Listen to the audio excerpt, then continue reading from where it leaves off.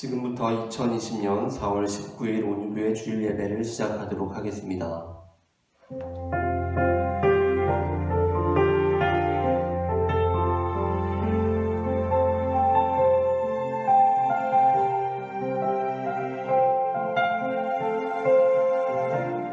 이 세상을 살아가는 동안에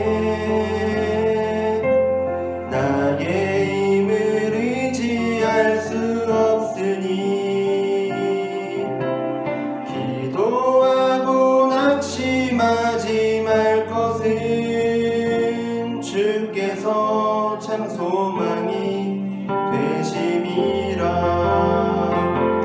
하나님의 꿈이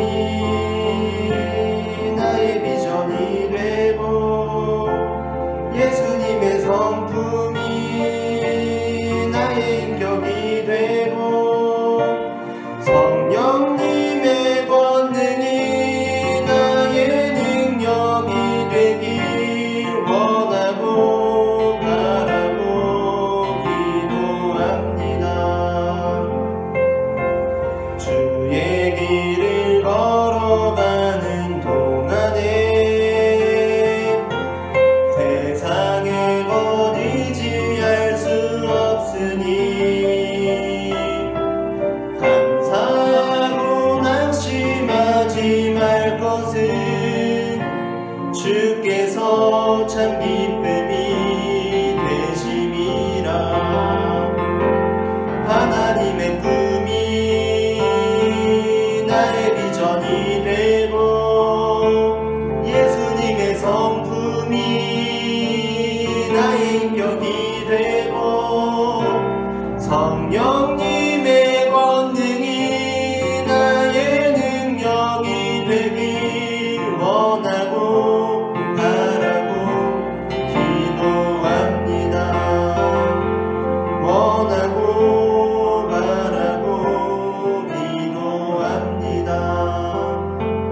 원하고 바라고 예배합니다.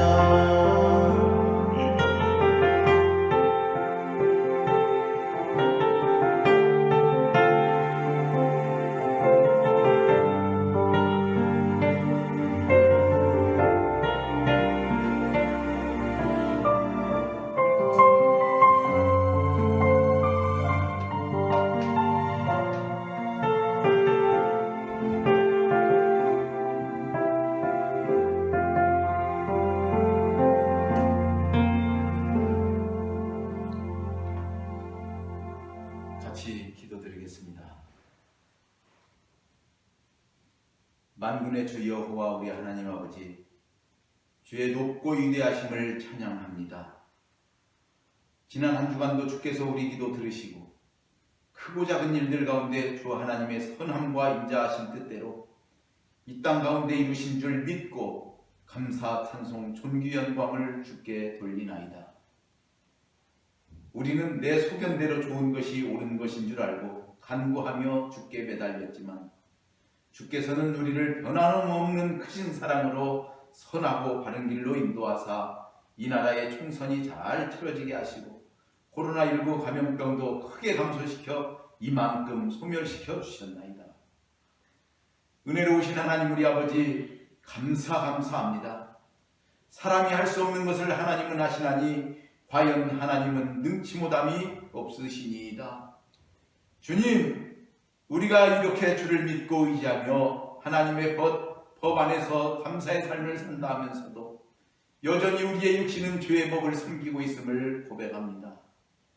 세리가 멀리 서서 감히 눈을 들어 하늘을 쳐다보지도 못하고 그 상한 심령을 주께 의지하여 간구했던 것처럼 우리가 지금 하나님만 의지하며 나아갑니다. 주님, 우리를 불쌍히 여기시고 새롭게 하사 하나님의 온전한 사람으로 거듭나게 하옵소서. 내가 거룩하니 너희도 거룩하라고 우리들을 부르시는 하나님 우리 아버지, 온유교회와 저희들이 하나님께 기쁨 되기를 원합니다. 너희는 먼저 그의 나라와 그 의를 구하라. 그리하면 이 모든 것을 너희에게 더하시리라 하시는 그 말씀을 온전히 이루어드리는 온유교회와 권속들이 되게 하옵소서. 주님, 우리에게 믿음을 더하여 주옵소서. 내가 주 안에 주님이 내 안에 거하는 삶이 되게 하옵소서. 또 이 나라의 안정과 평화가 있기를 소원합니다. 주님만 믿고 의지하며 구하는 이 나라를 축복하셔서 세계 만방 위에 뛰어난 나라와 민족으로 복내려 주옵소서. 대통령과 유정자들에게 은혜를 부어주시고 주를 두려움으로 떨며 섬기는 지혜와 명철이 있게 하여 주옵소서. 또한 이 나라가 투쟁과 분열의 정국에서 속히 안정되고 온 국민은 자기의 이치로 돌아가 본연의 일에 충실하고 하나님의 살아계심을 깨달아 여호와께 돌아오므로 믿음이 먼저 회복되고 경제 부흥도 이루는 놀라운 은혜와 축복을 허락하여 주옵소서. 또한 북한의 지도자와 인민들에게도 주의 은혜와 긍휼을 베풀어 주옵소서. 먼저 지도자에게 부드러운 마음 주셔서 총칼에 의지하는 강팍한 생각에서 굶주린 인민들을 살리고 평화를 위한 길을 선택하는 놀라운 결심이 있게 하옵소서. 주의 종 사무엘을 부르셨던 하나님 우리 아버지, 하나님 앞에 신실한 주의 종 이용세 목사님을 기억하시고 불러서 여기 세우셨음을 믿습니다. 간구하오니 오직 성령으로 충만케 하사 주께서 기뻐하시는 영혼 구원의 사명을 즐거움으로 완수하는 목사님 되게 하옵소서.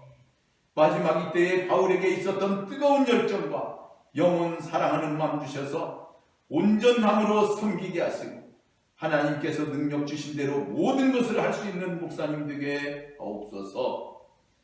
이 시간도 말씀 증거할 때에 이 말씀을 듣는 이마다 은혜로 차고 넘쳐서 기쁨으로 충만케 하시고 하나님께 가까이 나아가는 복이 있게 하소서.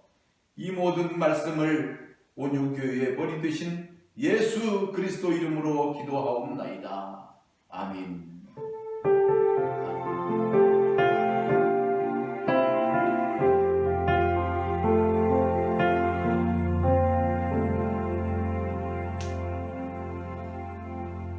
오늘 우리에게 주시는 하나님의 말씀은 마태복음 2장 1절부터 18절까지 말씀입니다. 마태복음 2장 1절부터 18절까지의 말씀입니다. 신약성경 2페이지에 있습니다.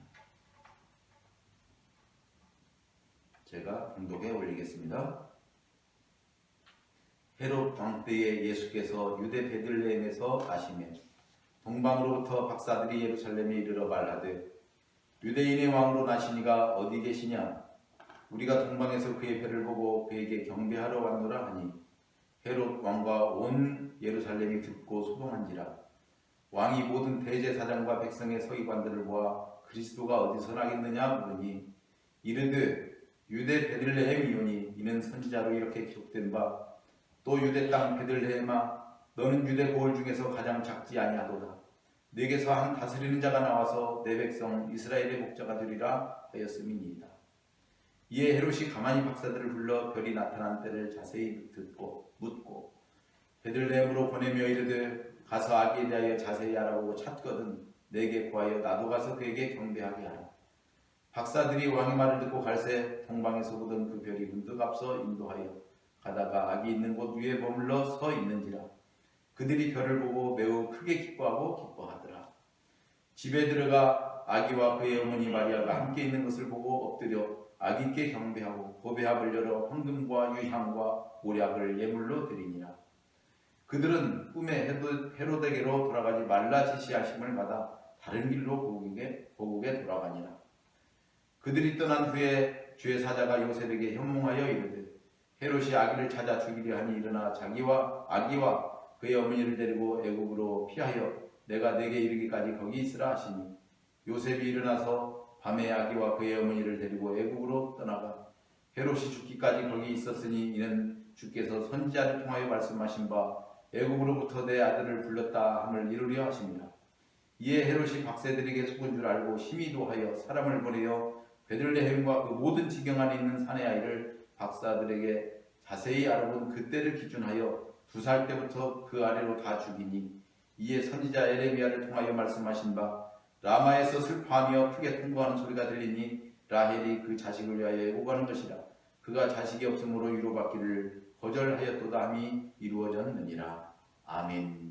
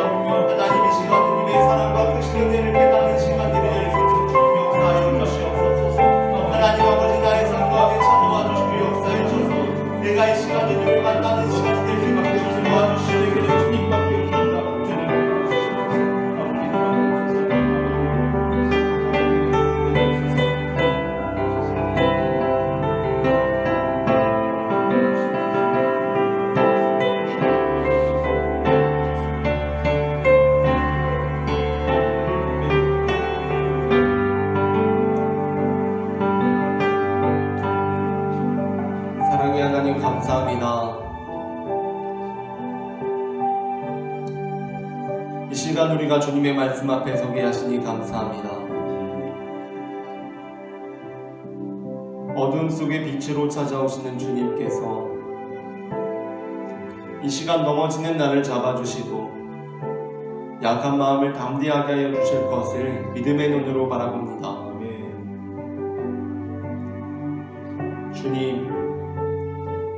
주님을 보게 하여 주시옵소서. 나를 붙들어 주시옵소서. 내 뜻과 내 생각 내려놓고 주님의 음성을 기다립니다. 말씀하여 주시옵소서. 살아계신 주 예수 그리스도의 이름으로 기도합니다. 아멘. 이 시간 예배의 자리에 오신 여러분을 축복합니다. 오늘 저는 앞서 읽은 마태복음 2장 1절부터 18절까지의 본문으로 예루살렘에 이르러라는 제목의 설교를 하려고 합니다. 전해지는 말씀 가운데 하나님의 은혜가 있기를 바랍니다. 마태복음 1장이 아기 예수의 탄생으로 끝나고 마태복음 2장은 동방으로부터 온 박사들이 아기 예수께 경배한 내용으로 시작되고 있습니다.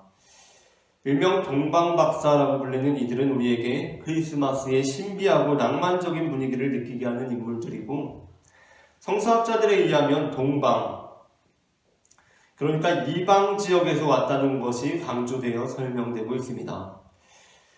그 말은 마태복음에서는 아기 예수께 최초로 경배한 사람들이 바로 이방인이었다라는 것을 말합니다.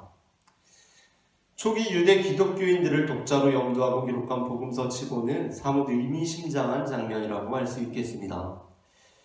이방인이었음에도 불구하고 유대인의 왕, 유대 메시아인 아기 예수께 경배하고자 한 이들의 열정은 대단했습니다. 마태복음 2장이 하나의 잘 짜여진 독립된 구성으로 이루어져 있기 때문에 이 동방으로부터 온 박사들이 도대체 어떠한 사람들이었는지 성경의 다른 부분들을 통해 정확히 알 수는 없습니다. 하지만 대체로 성서학자들은 이들이 바벨론 지방에서 온 사람들일 거라고 추측하고 있으며, 어디서 왔든지 간에 이들이 아기 예수께 경배하기 위해 상당한 거리를 이동해 왔을 것이라는 것을 우리는 본문을 통해 짐작할 수 있습니다. 이것이 무엇을 의미합니까? 이들이 동방에서, 이방 지역에서 상당한 거리를 이동해서 아기 예수께 경배하러 왔다는 것이 무엇을 의미합니까? 그만큼 이들의 열정이 대단했다라는 것을 의미합니다.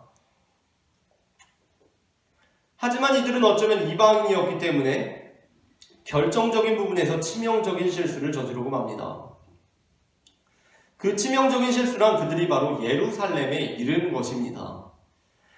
사실 유대인의 왕이 베들레헴에서 날 것이라는 예언은 이미 유대인들에게는 잘 알려진 내용이었습니다. 이후에 이어지는 내용만 보더라도 마태복음에 의하면 대제사장과 서기관들이 헤롯편에 붙어 있거든요. 그 헤롯편에 붙어 있었다고 하는 대제사장과 서기관들은 갑작스러운 상황에 지체할 것도 없이 답변을 내놓고 있습니다.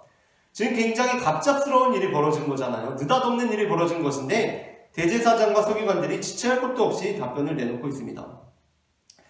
오늘 본문의 4절부터 6절의 말씀입니다. 왕이 모든 대제사장과 백성의 서기관들을 모아 그리스도가 어디서 나겠느냐 물으니 이르되 유대 베들레헴이오니 이는 선지자로 이렇게 기록된 바 또 유대 땅 베들레헴아 너는 유대 고을 중에서 가장 작지 아니하도다 내게서 한 다스리는 자가 나와서 내 백성 이스라엘의 목자가 되리라 하였음이니이다 라고 말하고 있습니다. 심지어 요한복음 7장 37절부터 44절은 이 내용, 유대 메시아가 베들레헴에서 날 것이라는 이 내용이 당시 성경 전문가나 종교 지도자들 뿐만 아니라 일반 대중들도 널리 알려져 있던 지식이었음을 보여주고 있습니다. 일반 대중들도 누구나 알고 있었다는 것입니다. 요한복음 본문에 의하면 예수님의 놀라운 가르침을 들은 무리들 중에 논쟁이 발생하게 됩니다. 예수님께서 놀라운 가르침을 주시니까 무리들 중에 자기들끼리 논쟁이 일어납니다. 이들은 성경 전문가도 아니고 종교 지도자도 아니고 그냥 무리들이었습니다. 예수님을 따르는 무리들 아시죠? 그냥 무리들. 예수님의 가르침을 듣던 어찌 보면 평균적인 교육 수준이거나 아니면 우리가 그냥 알고 있는 이미지상으로는 어때요? 평균적인 교육 수준 이하의 사람들. 그러한 사람들입니다. 그런데 본문에서 우리 중 어떤 사람이 예수님을 진짜 선지자십니다. 예수님 진짜 선지자십니다. 이렇게 치켜 세웁니다. 그러자 어떤 사람이 예수님은 그리스도셔, 메시아셔 라고 이렇게 말하기 시작합니다. 그런데 그때 어떤 사람이 이렇게 말합니다. 41절 하반절부터 42절까지입니다. 그리스도가 어찌 갈릴리에서 나오겠느냐? 성경에 이르기를 그리스도는 다윗의 씨로 또 다윗이 살던 마을 베들레헴에서 나오리라 하지 아니하였느냐 하며, 이 사람은 아마도 실제적으로는 예수님께서 자라신 출신지가 갈릴리였고, 오늘 본문에서 보다시피 예수님께서는 베들레헴에서 거의 태어나시기만 하셨기 때문에 예수님이 아예 갈릴리에서 태어난 사람인 줄 알았던 모양입니다. 어쨌든 이 본문에서 우리가 알 수 있는 것은 이처럼 유대 메시아 그리스도가 베들레헴에서 날 것이라는 사실은 유대 사회에서는 보통 사람들도 일반 대중들도 누구나 알고 있는 지식이었다는 것입니다. 여러분, 그런데 지금 동방박사들이 어디에 와 있습니까? 유대 메시아가 베들레헴에서 날 것이라는 것은 누구나 다 알고 있는 것이었습니다. 서기관과 대제사장뿐만 아니라 일반 대중들도, 예수님을 따르는 그 대중들도, 무리들도 다 알고 있었던 것이었습니다. 그런데 지금 동방박사들이 어디에 와 있습니까? 지금 예루살렘에 와 있습니다. 이들이 지금 베들레헴이 아니라 예루살렘에 와 있습니다. 그렇게 마태복음 2장 1절은 동방박사의 등장과 함께 그들의 무지로 인하여 이미 일이 어긋나기 시작하고 있음을 우리에게 보여주고 있습니다. 마태복음 2장 1절입니다. 헤롯 왕 때에 예수께서 유대 베들레헴에서 나심에 동방으로부터 박사들이 예루살렘에 이르러 말하되, 아기 예수께서 베들레헴에 나셨는데 동방 박사들이 베들레헴이 아니라 예루살렘에 와 있는 것입니다. 이 장면은 동방 박사들이 얼마나 성경에 대해 무지했는가를 보여주고 있습니다. 물론 동방 박사들은 이방인이었음에도 불구하고 유대인의 왕이 나셨다는 것을 그 누구보다 먼저 알아차렸습니다. 그것을 알아차리기까지는 그들이 비록 이방인이었지만 이미 오래전에 바벨론에 의해 남유다가 멸망하고 바벨론의 포로로 잡혀가 흩어져 정착하고 있는 유대인들을 통해 들었던 구약 성경의 메시아 출현에 대한 정보들이 독특한 역할을 했을 것입니다. 하지만 안타깝게도 그들이 알고 있던 지식이라는 것은 정확하지가 않았습니다. 그들이 알고 있던 지식이라는 것은 죽어들은 것들이었습니다. 굉장히 얕은 수준의 것이었습니다. 유대인이라면 일반 대중들도 다 알고 있어야 할 그 지식을 이들은 가지고 있지 못했던 것입니다. 따라서 그들은 별의 인도함을 받던 중 예루살렘과 그로부터 10km 정도 떨어진 거리에 있는 베들레헴의 갈림길에서 너무나도 안타깝게도 예루살렘으로 가는 길을 택하고 말았습니다. 사실 별의 인도함을 받다 보니 가야 할 곳이 어디인지 명확하게 인도함을 받기는 굉장히 어려웠을 거라는 생각이 들어요. 그렇지 않습니까? 누가 앞에서 정확하게 인도해 주는 것이 아니라 별의 인도함을 받는 것은 굉장히 모호한 인도함 아닙니까?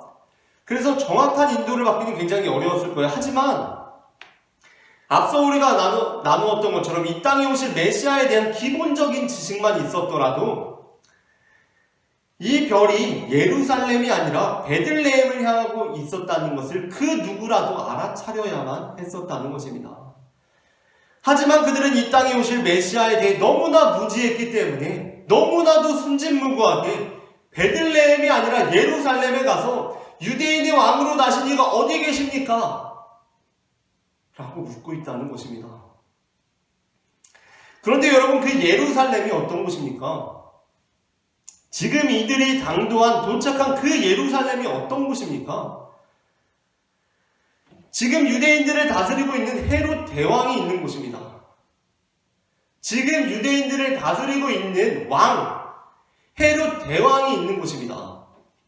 그러니까 지금 동방박사들은 지금 현재 왕이 멀쩡하게 살아있는데 그 왕이 계신 곳에 가가지고 새로운 왕이 태어나셨는데 어디 계십니까? 라고 묻고 있다는 것입니다. 지금 왕이 멀쩡하게 살아있는데 가서 안녕하십니까? 새로 태어나신 왕이 있다는데 어디 계십니까? 라고 지금 왕한테 묻고 있다는 것입니다. 여러분, 정말 어쩌면 이렇게 천진난만할 수가 있는지 정말 궁금할 지경입니다. 블레셋과의 전투를 승리로 이끌고 돌아오는 이스라엘의 왕 사울과 전투에서 위대한 공을 세운 다윗을 향하여서 사울이 죽인 자는 천천히요 다윗은 만만이로다 라고 노래한 사무엘상 18장 7절에 등장하는 여인들이 떠오릅니다. 아마 그 여인들과 천진난만함을 겨룬다면 적어도 용호상박, 양대산맥, 쌍두마차가 될 것 같습니다. 구약에 천천만만 여인들이 있다면 신약에 동방박사들이 있다는 것입니다. 결국 천천만만 여인들로 인하여서 다윗이 어떻게 됩니까? 다윗이 굉장한 고생길이 시작됩니다. 당연하죠. 블레셋과의 전투에서 승리를 이끌고 왕하고 공을 세운 다윗이 함께 돌아오는데 여인들이 사울 왕이 죽인 자는 천천히고 다윗은 만만입니다 라고 노래하니까 당연히 다윗에게는 고생길이 열렸겠죠. 그랬던 것처럼 동방박사들로 인하여서 이제 베들레헴에는 참혹한 결과가 벌어지게 됩니다. 그 결과는 헤롯이 베들레헴과 그 모든 지경 안에 있는 산의 아이를 2살부터 그 아래로 다 죽여버리게 된 것이었습니다. 그 결과는 헤롯이 베들레헴과 그 모든 지경 안에 있는 산의 아이를 2살부터 그 아래로 다 죽여버리게 된 것이었습니다. 다행히 아기 예수는 요셉이 하나님의 사자로부터 미리 이 소식을 접할 수가 있어서 어머니 품에 안겨서 애굽으로 피하여 목숨은 부지할 수가 있었습니다. 하지만 예수님을 믿는 우리조차도 이 부분에 있어서 그래도 우리 구세주 예수님은 살아나셨다, 생존하셨다, 목숨을 지키셨다 라고 해서 정말 다행이다 라는 말을 써도 되는지 민망하고 조심스럽습니다. 아니 확실히 그래서는 안 될 것 같습니다. 바로 동방박사들의 무지함으로부터 비롯된 이 작은 날개짓이 나비 효과가 되어서 베들레헴에는 피바람이 불게 되는 결과를 일으킨 것입니다. 이제 일이 너무나 처참하다 보니까 차라리 동방박사들에게 유대인의 왕께 경배하고자 했던 열정이라도 없었더라면 하는 탄식이 나올 지경입니다. 이처럼 지식이 없는 열정은 하나님의 뜻과는 상관없는 결과들을 초래하고 다른 이들에게 너무나 큰 피해를 안기게 됩니다. 그런데 이 부분에서 혹시 어떤 이들은 그래도 동방박사를 통하여 선지자 예레미야의 예언이 성취된 것이 아닙니까? 라고 말할지도 모르겠습니다. 또 어떤 분은 이렇게 말할 수도 있어요. 어쩌면 동방박사는 그냥 선지자 예레미야의 예언이 성취되도록, 그러니까 이미 예루살렘에 이르러서 그런 실수를 저지르도록 운명지어진 것 아닙니까? 왜냐하면 이미 예레미야가 그런 예언을 했다고 하니까 이미 운명지어진 것 아닙니까? 라고 하실지도 모르겠습니다. 사실 그렇게 생각할 여지가 충분히 있죠. 왜냐하면 오늘 본문의 그 끝이 언뜻 보기에는 어떻게 끝나고 있어요? 마치 헤롯이 베들레헴의 아기들을 다 죽인 것이 예언이 성취된 결과라는 뉘앙스를 풍기는 것처럼 느껴지기 때문입니다. 그러니까 뭐예요? 예언했으니까 동방박사들을 통하여서 동방박사들이 예루살렘에 이르러서 헤롯 왕한테 그렇게 실수한 게 오히려 예언을 이루어진 거 아니야? 라고 할 수도 있고, 또 어쩌면 이미 예언을 했으니까 동방박사가 거기 가서 실수하는 건 이미 운명지어진 거 아니야? 그렇게 되도록 정해져 있는 거 아니야? 라고 생각할 수도 있다는 거예요. 하지만 우리는 이것을 기억해야 합니다. 하나님은 인류를 구원하시기 위해 아기 예수를 보내신 분이지 2살도 안 된 베들레헴의 아가들을 몰살시키기 위해 아기 예수를 보내신 분이 아니라는 것을 우리는 알아야 합니다. 하나님은 우리를 멸망시키시는 분이 아니라 우리에게 생명을 주시는 분임을, 이 가장 중요하고 핵심적인 기독교 신앙을 우리는 어떠한 상황 속에서도 놓치지 말아야 합니다. 하나님은 우리를 멸망시키시는 분이 아니라 우리에게 생명을 주시는 분임을, 이 가장 중요하고 핵심적인 기독교 신앙을 우리는 어떠한 상황에서도 놓치지 말아야 한다는 것입니다. 그렇다면 본문을 어떻게 이해하는 것이 좋겠습니까? 먼저 이 예레미야의 예언은 우선적으로 예레미야 시대에 관한 것이었음을 우리는 알아야 합니다. 그러니까 마태가 설령 이것을 성취되었다라고 썼다고 할지라도 안 성취되었어도 상관이 없는 이미 당시에 충분한 역할을 한 예언이라는 것입니다. 예레미야는 예레미야 당시 북이스라엘의 멸망과 관련하여 맡겨진 말로서 예언을 했던 것입니다. 그러니까 예레미야가 예언한 것은 이미 그 당시에 북이스라엘의 멸망과 관련하여 했던 것이고 그때에 이미 성취된 예언이라는 것입니다. 그리고 설령 이 본문을 미리 하는 말로서 예언으로 보더라도 우리는 지난주에 말씀을 나눈 것처럼 하나님께서는 내가 그래도 예레미야를 통해서 해놓은 말이 있다. 생각해보니까 내가 예레미야한테 해놓은 말이 있어. 무슨 말을 했냐면 그 라마라는 데 있잖아. 라마. 베들레헴으로부터 약 16km 정도 북부에 있는 지역이거든요. 그 라마라는 곳에서부터 베들레헴까지 한 16km 정도 반경에 통곡 소리가 나야 된다고 내가 예언해 놓은 게 있어, 예레미야한테. 그게 좀 이루어져야겠는데, 거기서 좀 통곡 소리가 나야겠는데? 라고 하시는 분이 아니라는 것을 우리는 기억해야 한다는 것입니다. 하나님께서 이제 해놓은 말이 있어서 그게 좀 일어나야겠다. 2살 아래로 아가들 다 죽여서 어머니들의 통곡 소리가 좀 나야겠다라고 하시는 분이 아니라는 것입니다. 이를 표현하고자 하기라도 했는지 마태복음의 기자는 이 부분에서 자신이 예언과 관련하여 통상 사용하지 않는 이루어졌느니라 라는 용법을 사용하고 있습니다. 마태복음은 보통 예언과 관련하여 기술할 때 하나님의 능동적인 개입이 강하게 느껴지는 이루려 하심이라 라는 표현을 씁니다. 마태복음을 보십시오. 마태복음이 예언과 관련해서 기술할 때 하나님의 능동적인 개입이 강하게 느껴지는 이루려 하심이라 라는 표현을 씁니다. 그런데 본문에서만큼은 예외적으로 하나님의 개입이 약하게 느껴지는, 아니 하나님의 개입과는 상관없이라는 뉘앙스의 이루어졌느니라 라는 용법을 사용하고 있다는 것입니다. 그러니까 마태는 마치 동방박사들의 불찰로 인하여 일어나게 된 이 일에 대하여 탄식이라도 하듯이 예레미야가 당시 북이스라엘의 멸망과 관련하여 했던 그 예언이, 예레미야가 당시 북이스라엘의 멸망과 관련하여 했던 그 예언이 다시 한번 이런 식으로도 이루어진 꼴이 되고 말았다라고 기술하고 있다는 것입니다. 이처럼 지식을 겸비하지 못한 열정은 너무도 순진무구하게 악의 없이 다른 사람들을 힘들게 하거나 심지어 열정이라는 이름으로, 때로는 믿음이라는 이름으로, 때로는 진리라는 이름으로, 때로는 사랑을 표방하여 다른 사람들에게 피해를 줍니다. 여러분 한번 생각해 봅시다. 차에 대한 지식이 별로 없는 친구가 나를 도와주겠다는 열정을 가지고 내 차를 고쳐주겠다고 달려든다고 한번 생각해 보십시오. 친구랑 이렇게 그냥 밥 먹으면서 자유롭게 대화를 하다가 내 차가 요즘 이상한 것 같아. 차에서 좀 이상한 소리가 나는 것 같아. 그런 얘기 자연스럽게 할 수 있잖아요. 그냥 별 생각 없이 했어요. 그런데 그 친구가 내 차를 고쳐주겠다고 열정적으로 달려드는 겁니다. 근데 내가 알기로 그 친구가 차에 대한 지식이 없거든요. 차에 대한 지식이 없는 친구예요. 근데 내 차를 막 고쳐주겠다고 열정적으로 달려들고 있어요. 여러분이라면 어떻겠습니까? 그 친구가 더 열정적일수록 어떨 것 같아요? 더 열정적일수록, 더 열정을 낼수록 더 두렵지 않겠습니까? 그 친구가 더 열정적일수록 저는 더 두려울 것 같아요. 더 열정적으로 장비들을 늘어놓을 때마다 그 장비의 무게만큼이나 제 두려움의 무게도 무거워질 것입니다. 왜일까요? 그 친구의 열정은 알겠는데 그 친구가 지식이 없기 때문입니다. 그 친구가 지식이 없기 때문입니다. 누가복음 9장 51절부터 56절에서 우리는 지식이 없는 열정이 믿음을 얼마나 무서운 괴물로 둔갑시키는지 보게 됩니다. 어느 날 예수님께서 예루살렘을 향하여 가시는 길에 사마리아인의 마을에 들어가시게 되었습니다. 그런데 사마리아인들이 예수님을 마을에 받아주지 않았습니다. 당시 사마리아인들은 종교적인 피해의식을 가지고 있던 사람들이었기 때문에 유대인들이 예루살렘 성전의 종교적인 목적으로 갈 때 사마리아 지역을 지나가려고 하면 그것을 몹시 싫어했고 지나가게 해주지도 않았습니다. 이에 따라 사마리아인들은 예수님도 일반적인 대우에 따라 마을에 받아주지 않았던 것입니다. 사마리아인들이 예루살렘으로 예수님이 가실 때 그 마을에 받아주지 않은 거예요. 지나가게 해주질 않은 거예요. 그런데 이 일로 인하여 제자 야고보와 요한은 분을 내며 이렇게 말합니다.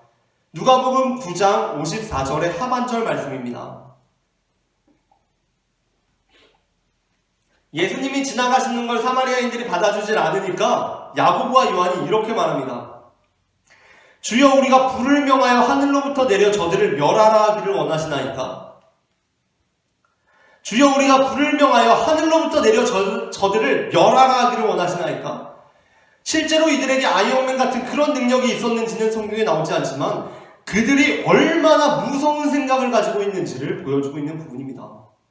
예수님의 제자들이 사마리아인들이 자기들을 영접하지 않았다고 해서 그들에게만 특별히 그랬던 것도 아니고 늘상 해오던 방식대로 됐을 뿐인데 예수님한테 예수님, 쟤네들 그냥 다 죽여버릴까요?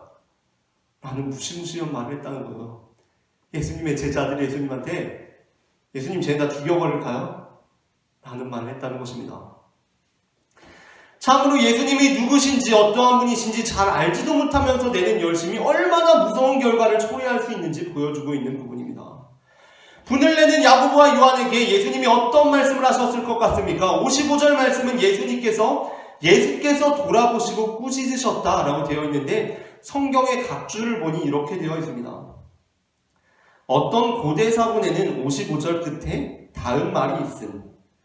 이르시되 너희는 무슨 정신으로 말하는지 모르는구나. 인자는 사람의 생명을 멸망시키러 온 것이 아니요 구원하러 왔노라 하시고.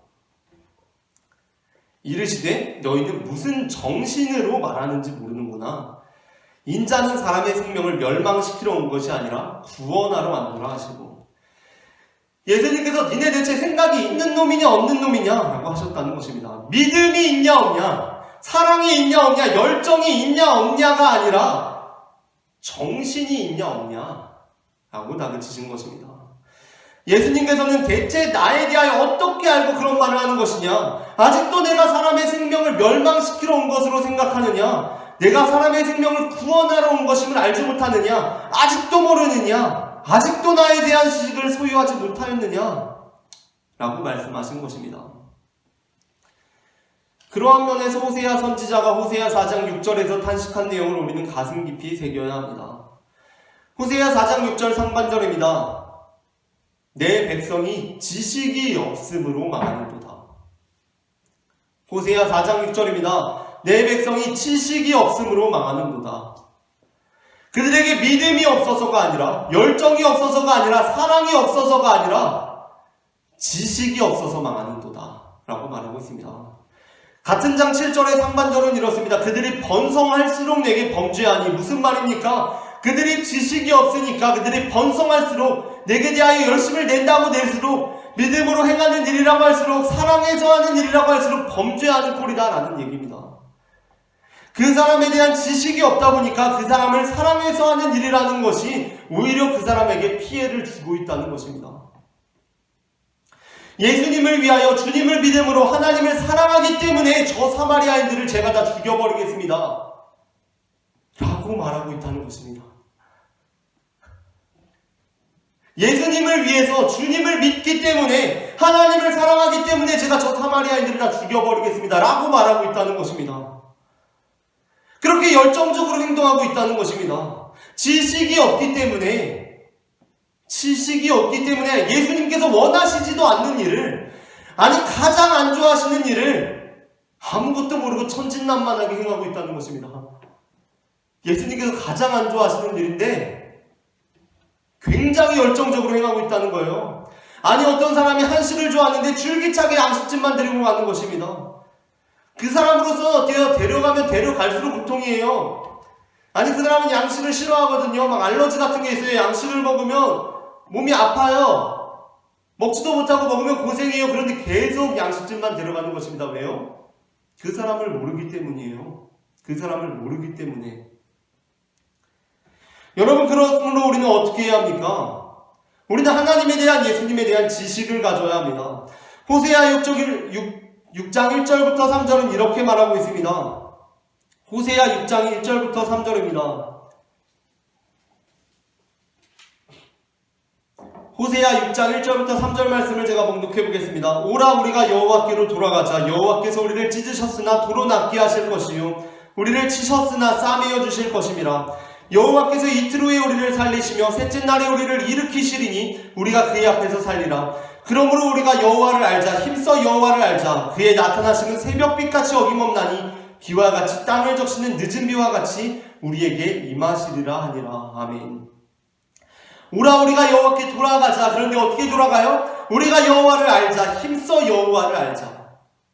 어떻게 돌아간다고요? 우리가 여호와를 알자. 힘써 여호와를 알자. 호세아 선지자는 우리가 여호와께, 하나님께 돌아가는 그 시작점은 알고자 하는 것이 되어야 한다라고 말하고 있습니다. 우리가 여호와 하나님께 돌아가는 그 시작점은 알고자 하는 것이 되어야 한다라고 말하고 있습니다. 6절에서도 역시 이렇게 말하고 있습니다. 나는 인애를 원하고 제사를 원하지 아니하며 번제보다 하나님을 아는 것을 원하노라. 번제보다 하나님을 아는 것을 원하노라. 나는 제사를 원하지 아니하고 번제보다 하나님을 아는 것을 원하노라. 이 말은 현대어로 재해석하기에 주저가 될 정도로 충격적인 말입니다. 이 말은 예배보다 하나님을 아는 것을 원하노라 하는 말입니다. 우리는 예배만 잘 드리면 되는 줄 알았습니다. 주일 성수만 잘하면 되는 줄 알았습니다. 목사님이 시키는 대로 교회에서 벌이는 각종 프로그램들, 행사들, 모임들에 잘 참여만 하면 되는 줄 알았습니다. 그런데 하나님께서 이렇게 말씀하시는 것입니다. 나는 네가 예배 드리는 것보다 나에 대해서 좀 알려고 했으면 좋겠다 라고 말합니다. 하나님에 대해 알고자 하는 그 마음이 없는 예배는 무의미하고 오히려 범죄하는 꼴이 된다는 것입니다. 사실 조금만 생각해보면 우리는 진정한 사랑이란 알을 이미 추구하고 있다는 것을 발견할 수 있습니다. 하나님을 정말 사랑하게 되는 첫걸음은 하나님에 대한 지식을 회복하는 길이라는 것입니다. 여러분, 정말 사랑한다는 것이 무엇입니까? 진정으로 사랑한다는 것이 무엇입니까? 성숙한 사랑이라는 것이 무엇입니까? 그것은 양식 사주기 전에 한 번쯤 이렇게 생각해보는 거 아니겠습니까? 잠깐, 근데 걔가 뭘 좋아하지? 그 사람이 뭘 좋아할까? 라고 말합니다. 나는 양식을 좋아해요. 난 양식을 좋아하는데 그 친구는 뭘 좋아할까? 라고 고민하고 알아보려고 하고 주변 사람들한테 물어보고 걔 뭐 좋아해? 라고 물어보고 알려고 하는 것이 성숙한 우정이고 성숙한 사랑 아니겠습니까? 사실 사랑을 해보면 그 사람이 아주 사소한 것까지도 알고 싶고 그것들이 내게는 너무나 소중한 의미로 다가오는 것 아니겠습니까? 여러분, 남루한 사랑은 그것을 할 줄 모릅니다. 남루한 사랑은 그것을 할 줄 모릅니다. 그저 자기만 합니다. 이스라엘 사람들이 그랬습니다. 그들은 하나님께 관심이 있는 것이 아니라 하나님으로부터 자기들이 얻을 것에만 관심이 있었습니다. 하나님으로부터 자기들이 얻을 것에만 관심이 있었습니다. 풍요, 번성, 안정, 파워, 하나님께 관심이 있는 것이 아니라 하나님으로부터 자기들이 얻을 풍요와 번성과 안정과 파워에만 관심이 있었습니다.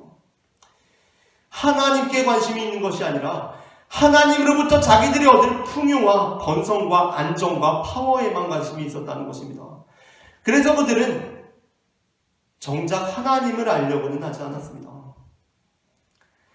마치 엄마가 차려주는 밥은 맛있다고 잘 받아 먹지만 정작 엄마가 좋아하는 음식은 무엇인지 알지 못하고, 아빠가 주는 용돈은 잘 받아 쓰지만 정작 아빠가 무슨 색깔의 넥타이는 좋아하는지 알지 못하는 자녀처럼, 또는 자녀의 성적이 오르면 기뻐하지만 정작 아이가 요즘 무슨 고민을 하면서 살고 있는지에는 무관심한 부모처럼, 남루한 사랑, 형편없는 사랑은 성적이 오른 아이를 데리고 아이가 좋아하는 한우집에 가는 것이 아니라 아이가 먹지도 못하는 생선회를 먹으러 가는 것입니다.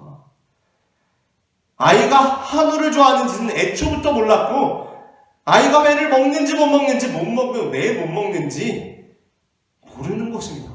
부모가 모르는 거예요. 이제껏 알려고 해본 적이 없는 거예요. 그저 성적 오른 것, 성적표 보고 좋아할 줄만 알았지 아이가 뭘 좋아하는지, 무슨 고민을 하면서 살고 있는지 알려고 해본 적이 없는 것입니다. 왜요? 그것에는 관심이 없거든요. 아이한테 관심이 있는 것이 아니에요. 아이의 미래, 그로부터 보장된 나의 노후에만 관심이 있기 때문입니다. 안타깝게도 북이스라엘은 호세아의 예언에도 돌이키지 못하며 얼마 가지 못해 나라가 멸망해버리고 말았습니다.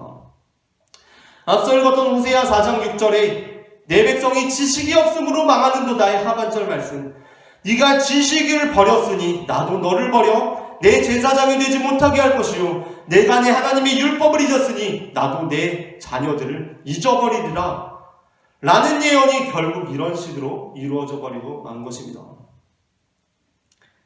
내 백성이 지식이 없음으로 망하는도다. 내가 지식을 버렸으니 나도 너를 버려 내 제사장이 되지 못하게 할 것이요 내가 내 하나님의 율법을 잊었으니 나도 내 자녀들을 잊어버리리라 라는 예언이 결국 이런 식으로 이루어져 버리고 만 것입니다. 여러분, 그렇다면 어떻습니까? 하나님은 호세아 4장 6절 하반절 말씀대로 자기 자녀들이 도무지 자기에게는 관심이 없으니까 말했던 대로 그 자녀들을 버리시는 분이신 겁니까? 너희들이 나에 대한 지식도 없고 나에 대해서 알려고 하지도 않으니까 이제 내가 너희들을 버리겠다 라는 그 호세아의 예언이 이루어져 버리고 끝난 것입니까? 그 700년 전의 예언이 그냥 이루어져 버리고 끝난 것입니까? 그렇다고 한다면 오늘 우리가 읽은 마태복음의 본문은 무엇입니까? 오늘 본문에 보게 되면 한 아기가 어머니 품에 안겨 있습니다. 한 아기가 어머니의 품에 안겨 있습니다. 그리고 그분은 자기 힘으로는 아무것도 할 수 없는 무력한 어린 아기의 모습으로 피바람이 부는 베들레헴에서 겁에 질려서 두려움에 사로잡혀서 도망을 치고 있습니다. 그 아기는 바로 온 인류를 구원하시기 위해 보내신 하나님의 아들 성자 예수 그리스도이신 것입니다. 그분이 지금 어린 아기의 모습으로 겁에 질려서 도망을 치고 계신 것입니다. 아니 대체 왜 높고 높은 보좌에 앉아 계셔야 하는 하나님께서 이 나쁘나진 땅에 내려오셔서 왜 이런 고생을 하고 계신 것입니까? 왜 그 능력이 많으신 분께서 어린 아기의 모습으로, 무력한 아기의 모습으로 오셔서 왜 겁에 질려가지고 막 도망을 치고 계신 것입니까? 대체 여기서 왜 이러고 계신 것입니까?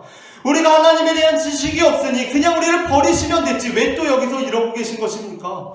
버리신다고 하셨잖아요. 버리신다고 하셨잖아요. 그런데 왜 여기까지 오신 것입니까? 그 이유는 무엇입니까?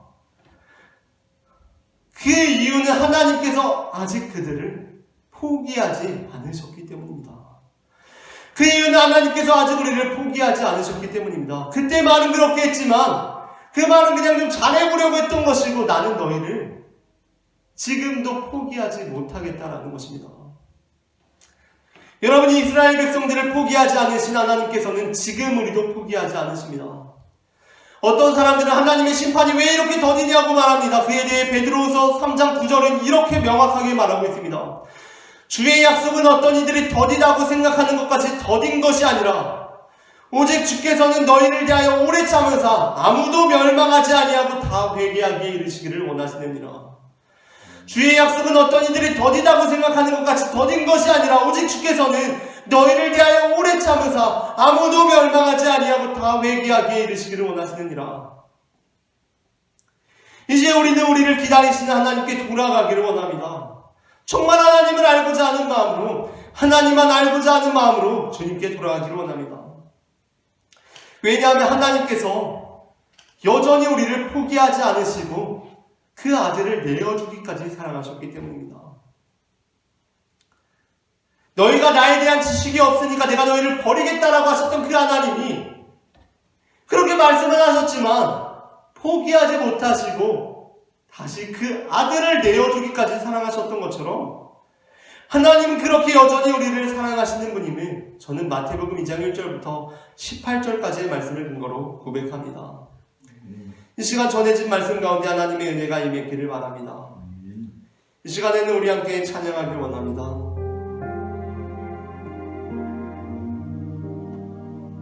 이 시간 여호와께 돌아가자라는 찬양을 할 텐데요. 주님, 내가 정말 주님께로 돌아가길 원합니다. 지금도 여전히 나를 포기하지 아니하시고 붙들고 계신 주님의 그 사랑을 내가 돌아가길 원합니다. 고백하는 마음으로 함께 찬양하시겠습니다.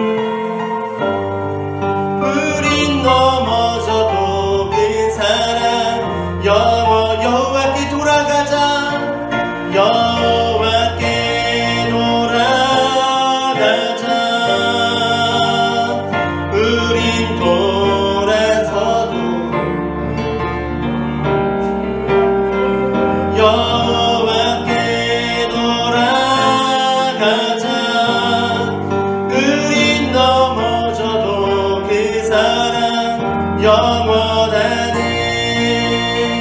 이 시간 우리 함께 기도하기 원합니다. 사랑의 주님께서는 지금도 우리를 포기하지 않으셨습니다. 지금도 우리를 붙들고 계십니다. 우리는 도무지 하나님을 알려고 하지 않았고 나의 삶에만, 나의 행복에만, 나의 안정에만 관심을 쏟아왔지만 주님께서는 우리를 여전히 포기하지 못하시고 우리를 붙들고 계시고 우리를 기다리고 계십니다. 주님, 내가 이제 정말 주님께 돌아가기 원합니다. 주님을 내가 알기를 원합니다. 주님에 대한 지식을 소유하게 되길 원합니다. 그래서 엉뚱한 열정으로 주님의 이름에 눈을 끼치는 자들이 되는 것이 아니라 주님께 참으로 영광을 돌리는 제자들이 될 수 있도록 주님 역사하여 주시옵소서. 이 시간 다 함께 주님께 돌아가겠노라고 결단하며 기도하시겠습니다. 주님 은혜를 감사합니다. 하나님 아버지, 이 시간 주님께 베풀어 주신 은혜를 감사합니다.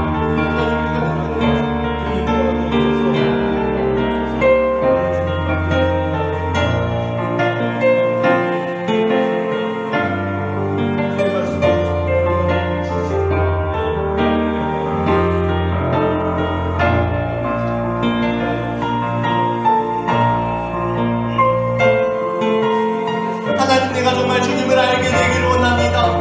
하나님, 내가 정말 주님만을 알게 되기를 원합니다. 하나님, 내가 주님만을 알게 되기를 원합니다. 하나님 아버지, 나 중심적으로 주님을 믿는 것이 아니라 정말 하나님을 알게 됨으로 참된 사랑을 회복하는 주님의 자녀가 될 수 있도록 주님 역사하여 주시옵소서. 주님에 대한 지식을 소유할 수 있도록 주님 도와주시옵소서. 주님께로 돌아가기를 원합니다. 주님께로 나아가기를 원합니다.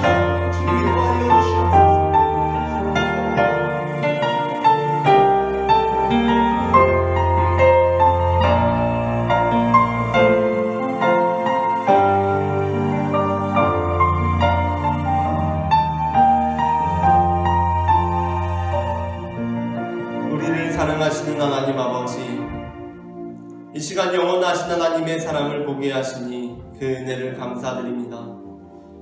이제 우리가 여호와 하나님의 크신 사랑을 입어 주님을 진심으로 알기를 원하며 주님에 대한 사랑을 회복하고자 할 때 아버지 하나님께서 그 넓으신 품으로 우리를 안아주시고 깨우쳐 주시옵소서.